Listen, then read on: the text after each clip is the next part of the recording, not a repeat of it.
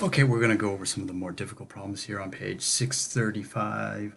This is number 17. I just drew the picture here. We are asked to figure out the volume of this pyramid with limited information. We do have the height, and we know this is an equilateral base. So the volume formula is, because it's a pyramid, 1/3 times the base area times the height. Well, the whole key here is, what is this base area? We know it's an equilateral triangle, and we're going to use the formula either 1/2 apothem times perimeter or 1/2 base times height. I'm going to go 1/2 base times height, this one. I'm going to need a height, so if I just draw it, I need that red line. I know every side is the same, so that's 12, 12, and now 6 and 6. And I'm going to figure out this height there by just focusing on this triangle, little a squared, b squared, and c squared. So 6 squared plus h squared, get rid of that, is equal to 12 squared. The height after you calculate this is 10.4. Now, of course, that means we got to figure out the area of this triangle. 1/2 base is all the way across 6, or 6 and 6, 12, times the height of 10.4. So the area of just that base triangle is 62.4. Now we're going to go from a two-dimensional picture where we just figured out that just the yellow portion of it, but now we're going to go to the three-dimensional world and get volume. So the volume is, because it's a pyramid, 1/3 the base area, 62.4 times that straight up and down height down the gut, 15. Go to your calculator, do all the calculations. This is about 312 cubic centimeters for number 17, but figure out the base area, which is the key. It is an equilateral triangle. All right, we're going to now go to number 21. This is one of those work the problem backwards problems here. They give us the volume, and they want us to figure out one of these side lengths to the base. So this is obviously a triangle pyramid. Our formula is 1/3 base area times the height. Now the height we already have is 6. We have the volume, so it's 18 radical 3 is equal to 1/3 base area, we'll figure that out in a second, times the height of 6. Now the base area is going to be the hard part here. So let's kind of redraw this triangle here. This is x, x, and I'm going to draw this line down the middle, and now this is half of x, x divided by 2, x divided by 2. Okay? Because this is an equilateral triangle, this is a 30, 60, 90 triangle, and you must know your 30, 60, 90s. Opposite the 30, if it is x divided by radical 2, then opposite the 60 would be x divided by 2 times the square root of 3. That's the height of this thing. And then opposite the 90 is 2 times x divided by 2, which is x. But really, we need the area of this guy, the base area of this triangle. So it is, the area of that guy is 1/2 base times height in red. 1/2, the base is all the way across is x. The height is this red line, which is unusual here. We got x divided by 2 times the square root of 3.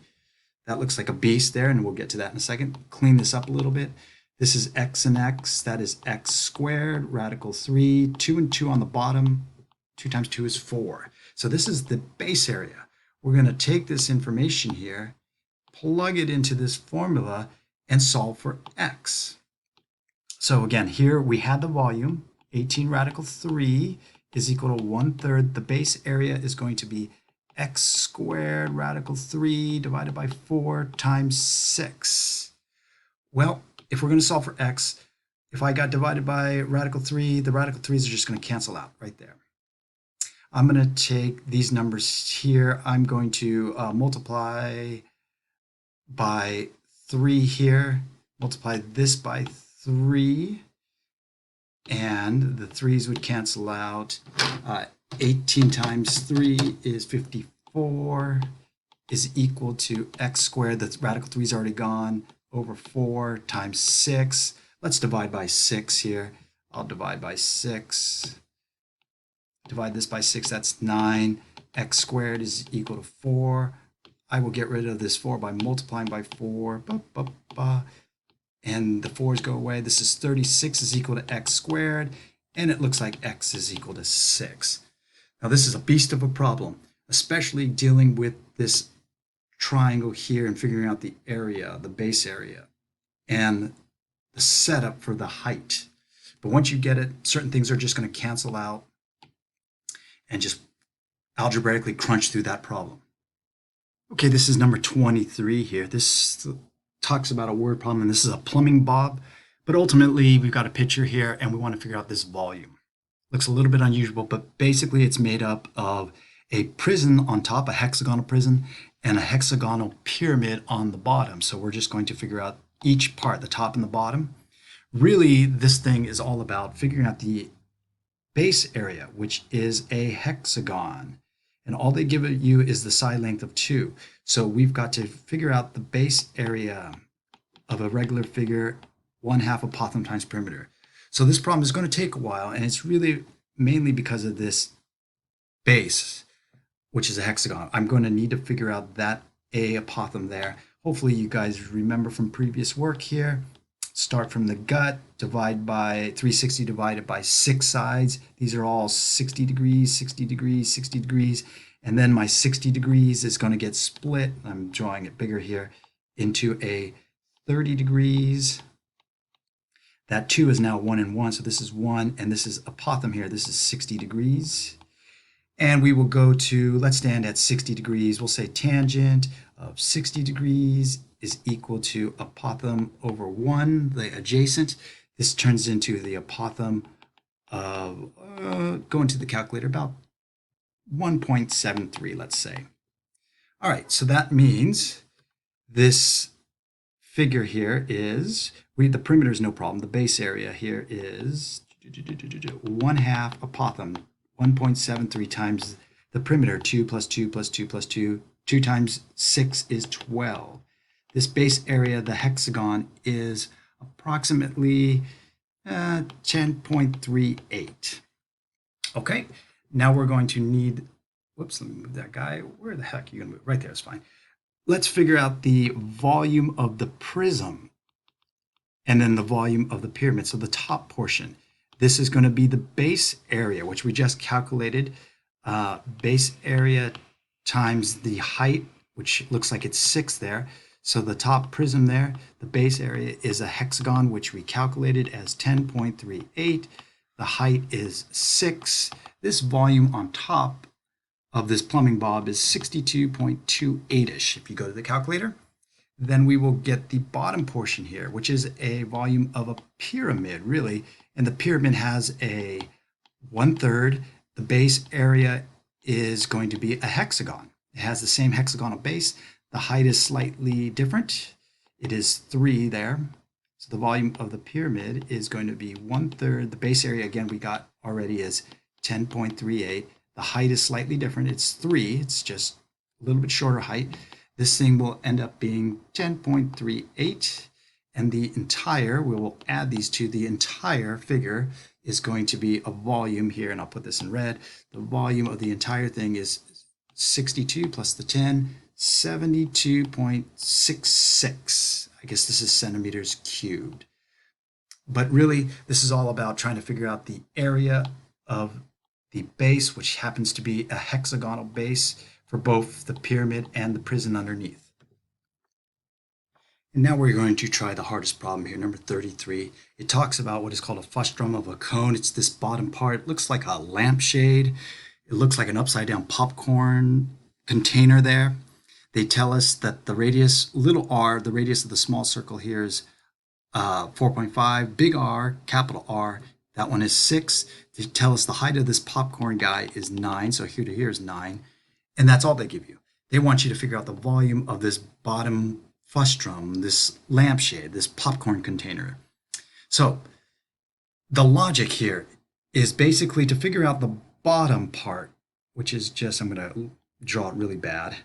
You're basically going to figure out the entire big volume and minus out the top volume. And then you'll be left with the bottom part, which is called the frustum. So in each case, it's going to be base area. And because the areas are circles and we have the radius of both the bases, that's not going to be a problem. The problem is we don't have this height here.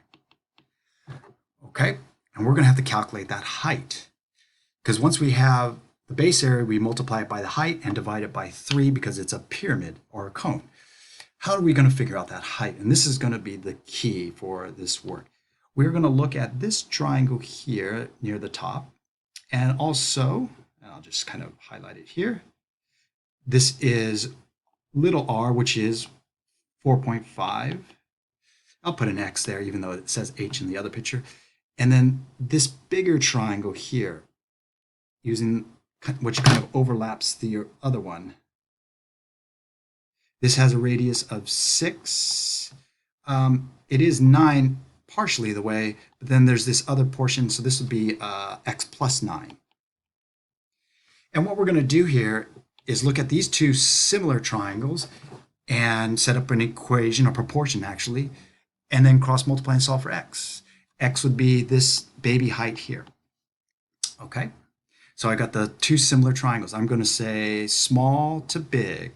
4.5 to 6 is equal to small to big. X to x plus 9. Cross multiply this bad boy, 6x, 4.5x plus 9 times that is 40.5. And just solve for x here. And it looks like x is going to be 27, which really doesn't fit this picture very well, but this is now 27 near the top. I'm going to get rid of that question mark. This is now 27, and all the way up and down is 27 plus 9, 36. Again, that is 27 plus 9. Okay, now let's go back to the original thought process. To figure out the volume of the frustum on the bottom, we're going to figure out the volume of the big guy, the big cone, which is base 1/3 base area pi r squared. What is the radius for this one? Let me clean this up a little bit. The base area for the big guy is 6, so 6 squared times the height, which is 36. The volume of Mr. Big cone is about 432 pi. We'll deal with pi later. Let's figure out the volume of the top, the little cap on the top. So the volume of the small cap on the top, because it's a cone, is 1/3. The base area, the base is a circle with radius 4.5, so 4.5 squared, times, we calculated this height. Doesn't look like it in the picture, but it would be 27. Let me move that guy over there. And then this volume of the small guy is equal to about 182.25 pi. Well, how can we get the volume of the what is called the frustum, the lampshade? You would basically take these two ideas and you're going to just subtract them. This minus this. And that will give you about 249.75 pi. This is becoming a mess here. Or we can say 784 inches cubed. Okay, so this one's a beast here. Don't overthink this. We won't see this on any test here, but it is, you've got to go big cone minus small cone.